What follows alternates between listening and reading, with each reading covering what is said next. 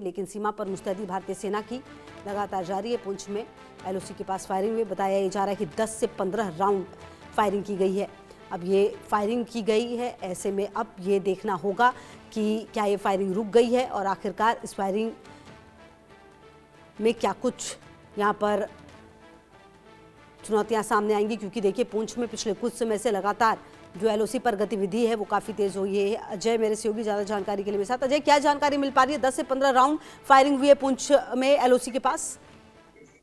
देखिए, बिल्कुल मैं आपको बता दूं कि लाइन ऑफ कंट्रोल का बालाकोट सेक्टर का इलाका जो पहले भी कई बार पाकिस्तान की गोलीबारी को देख चुका है और भारतीय सेना ने यहाँ भी जवाबी कार्रवाई बड़ी बात जो है वो की है। आज एक काफी समय के बाद पाकिस्तान की तरफ से बालाकोट सेक्टर में एक बार फिर से फायरिंग की गई है और लगभग 10 से 15 राउंड फायरिंग पाकिस्तान की तरफ से की गई, जिसके तुरंत बाद भारतीय सेना के जवान जो पहले से अलर्ट पे थे और उन्होंने जवाबी कार्रवाई शुरू की और उनकी जो चौकियां जहां से फायरिंग आई थी उनको जो है मुंहतोड़ जवाब दिया है। दरअसल लाइन ऑफ कंट्रोल के दूसरी तरफ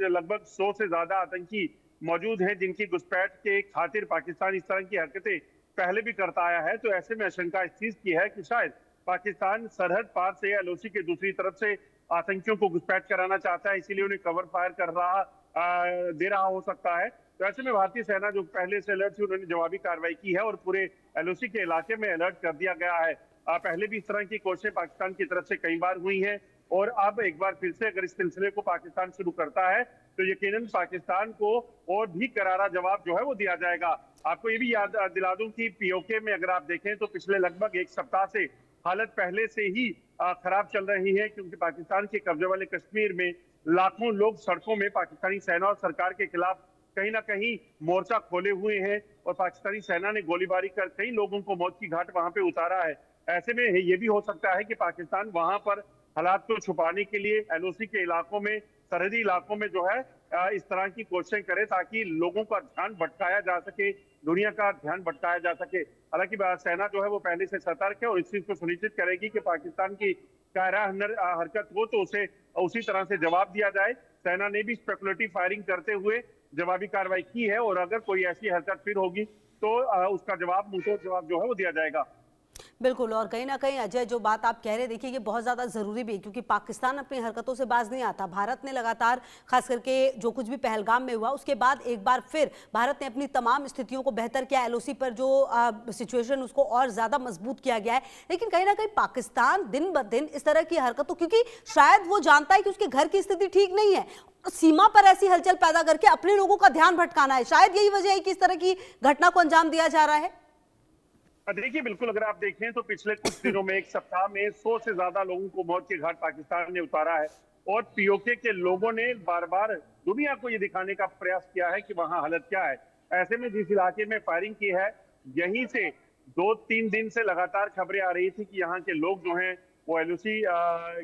से जो है वो मुजफ्फराबाद की तरफ जा रहे हैं ताकि वहां पे बड़ा प्रदर्शन हो सके। अब इसमें क्या पीछे की वजह है? पाकिस्तान आतंकियों को घुसपैठ कराना चाहता है, सरहद पर हालात खराब करना चाहता है, एलओसी पर तनाव पैदा करना चाहता है। पाकिस्तान की मंशा जो भी हो, पाकिस्तान को 1947 से लेकर आज तक जो भारत ने सबक सिखाए हैं उसी के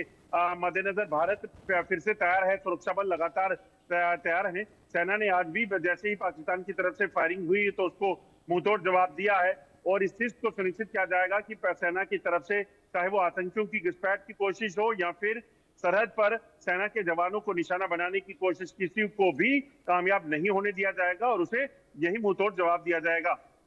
बिल्कुल, और कहीं ना कहीं देखिए अजय, जब भी इस तरह की घटना होती है सवाल ये भी उठता है, जैसा कि अभी हम इससे पहले जब बात कर रहे थे आपने कहा था कि 40 से 50 के करीब आतंकवादी ऐसे हैं जो शायद आसपास में सक्रिय हैं। अब भारतीय सेना की ये बहुत बड़ी प्राथमिकता होगी कि इन आतंकवादियों को खत्म किया जाए, क्योंकि ये जिस तरह की तकनीक आजकल इस्तेमाल करते हैं ये बहुत ज्यादा खतरनाक हो सकते हैं। देखिए, बिल्कुल आपको बताऊं खुशबू की जम्मू कश्मीर में लगभग 40 से 50 आतंकी सक्रिय हैं, जिनको मार गिराने के लिए अलग अलग इलाके में ऑपरेशन चल रहे हैं और राजौरी पुंछ का इलाका भी उन इलाकों में शामिल है जहां पे कुछ आतंकी सक्रिय हैं। वहां हिंटरलैंड यानी कि जम्मू कश्मीर के इलाके में जो आतंकी हैं उनको समाप्त करने की कोशिशें लगातार जारी हैं, मगर वहीं एलओसी के दूसरी तरफ भी 100 से ज्यादा आतंकियों की मौजूदगी है। ये वो आतंकी हैं जिनमें कई पाकिस्तानी सेना के जो एसएसजी कमांडोज हैं उनको शामिल किया गया है। इसके पीछे की वजह ये रहती है कि इन आतंकियों के भेष में पाकिस्तान अपनी सेना के जवानों को भेजता है, इन आतंकियों को उनके साथ ट्रेनिंग दी जाती है और फिर यहाँ पर हमले करके जम्मू कश्मीर में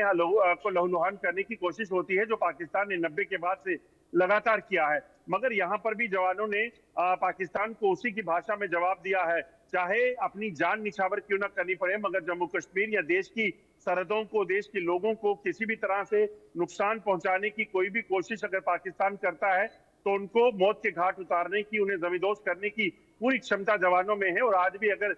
10 से 15 गोलियां पाकिस्तान ने चलाई है तो उसकी जवाबी कार्रवाई में, उसी के लहजे में और कड़ा जवाब जो है पाकिस्तान को